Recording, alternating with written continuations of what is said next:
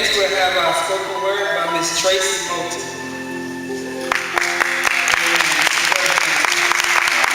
Come on, y'all, give her a hand.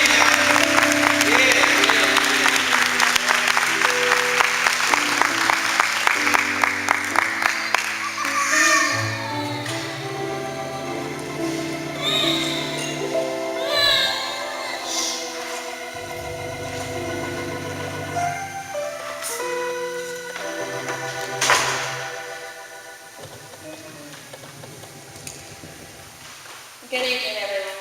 Good evening. If you don't mind, I'd like to do a small piece, so I'm going to take a seat right here. And I'll be reading off my phone. I'm not good at memorization once again. My poem is about a girl in an abusive relationship, and she gets out, but before she gets out, she has to find God, of course. So if you don't mind, I'd like to begin. I've been stuck in the same place for over a year. I gave him every part of me. All I ever asked in return was to love me. I never asked to relive my mother's footsteps. I never asked to be degraded, looked down on, and called everything but my name. I never asked you to take your anger out of me and to use the same hands you hold me with to strike me in the face with. How dare you? How dare you spit in my face as if I'm nothing? Maybe you are right. I am nothing. So maybe I should leave. But it's something about that sentence that makes you fly into your eyes full of tears, and I swear it sounds so sincere. Link to me that you were so sorry that you never meant to act like your father. And maybe you should just kill yourself because you can't live without me, and there's something about that sentence that makes me forget that you just taught me everything but a child of God, and shoved me into a wall, and raised your hand and slapped me, and you take me, and I take you in my arms, and I tell you, baby, I love you.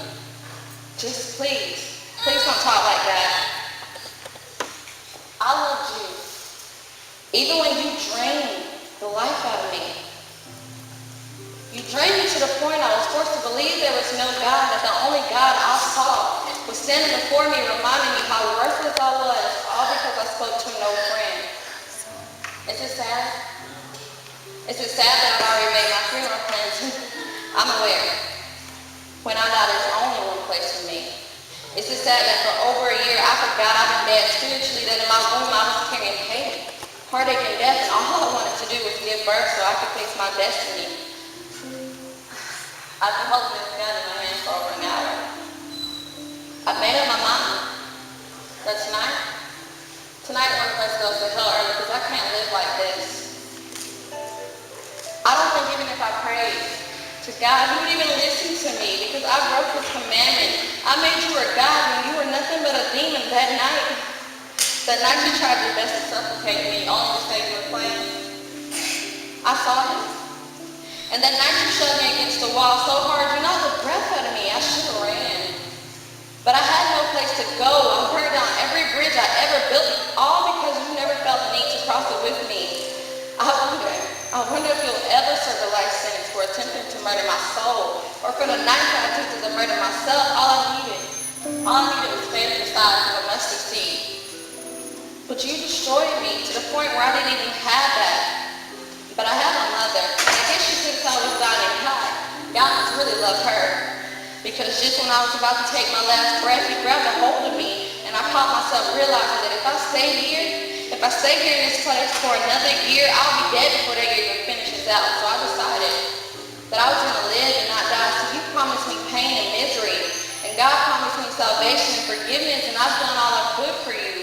I became a container for your anger willingly, but now I'm willing to let go and let God. And some nights I question God to figure out why did I have to go through hell just for him to reach me? Why didn't he just intervene? Why did it take me face down going on for dear life? Just for him to grab me out? Why did I become so valuable to him when I was broken?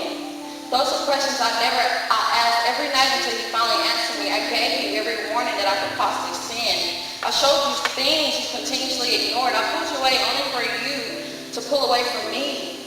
To go back, I haven't let you stand on a shaky foundation in order for you to learn. Mine was always solid. I haven't let you learn on your own. You've always been a tad bit difficult. You never liked to give me answers right off the bat. You've always liked to search to find your own. So I haven't let you learn. So no man could ever replace me. Thank you.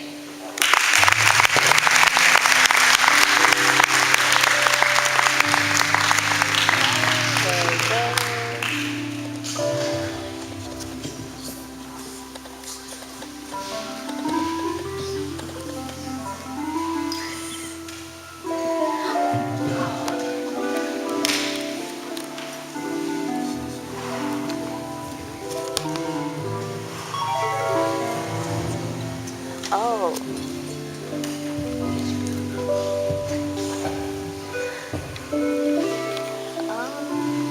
Oh, I think so. Yeah. Okay.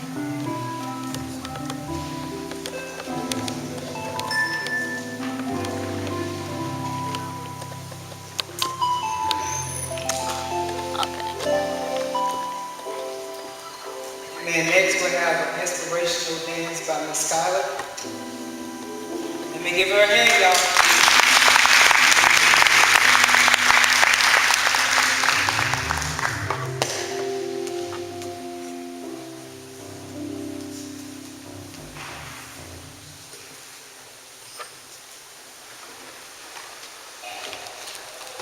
Face to face with the process that precedes the promise.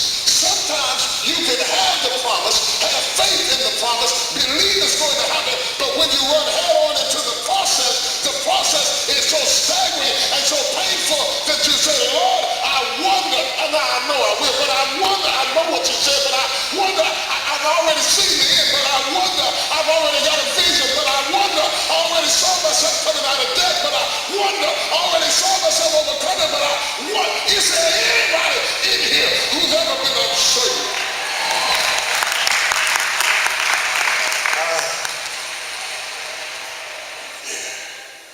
I used to think that the whole process we got to watch is to watch how difficult it is to bring your will into alignment with God's. And it really is. It really is.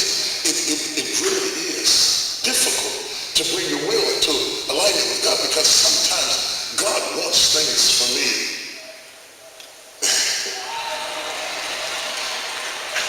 Sometimes God wants things for me that I don't want for myself.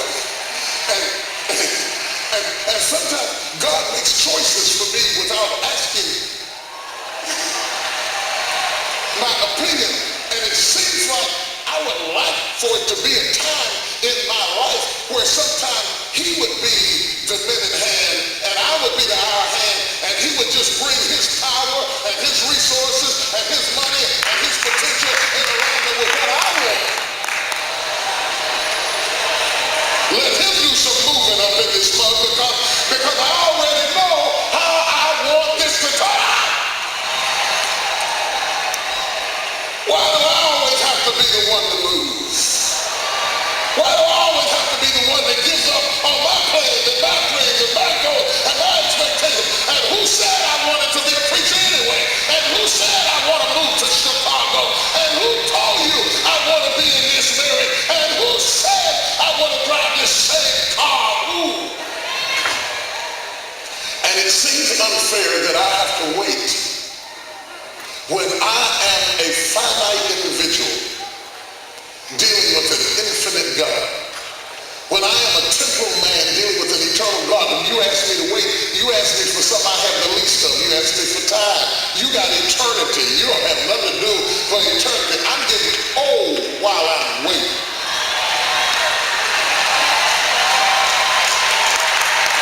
Now I know y'all don't ever talk like this, but this is my Sunday to confess. Something I tell, look, you got all of eternity to wait for this. You can just take a bath and eat a donut and drink some coffee. You don't have to worry about this. But while you're waiting to heal me, waiting to bless me, waiting to bring me out of debt, waiting to send me a wife, waiting to send me a husband, have you noticed that I'm getting old up in this blood?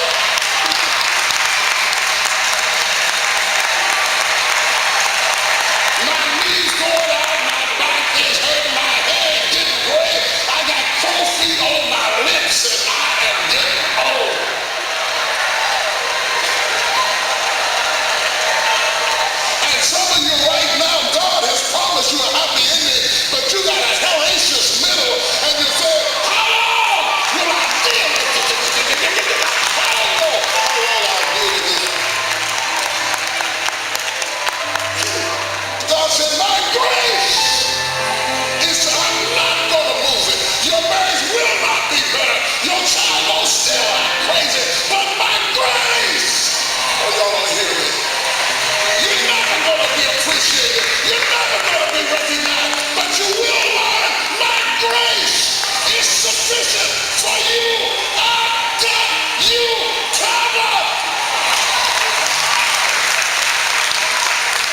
You don't need what you thought you needed. You don't need who you thought you needed. All you need is me, my grace, and the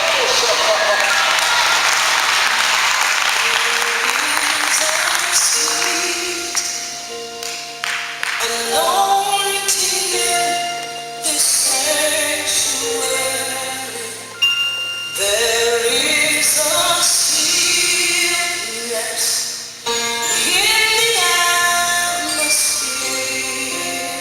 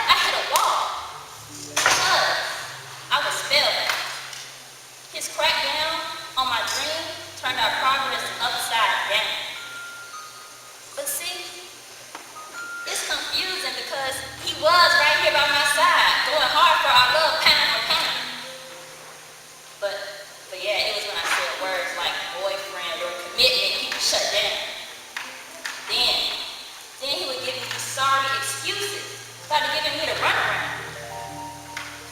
But see, what he don't know.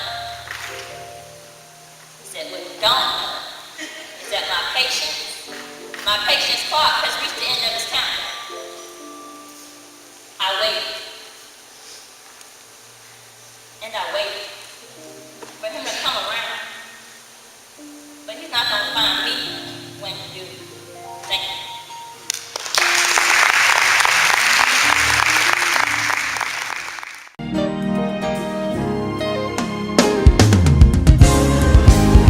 Here I am, I'm still standing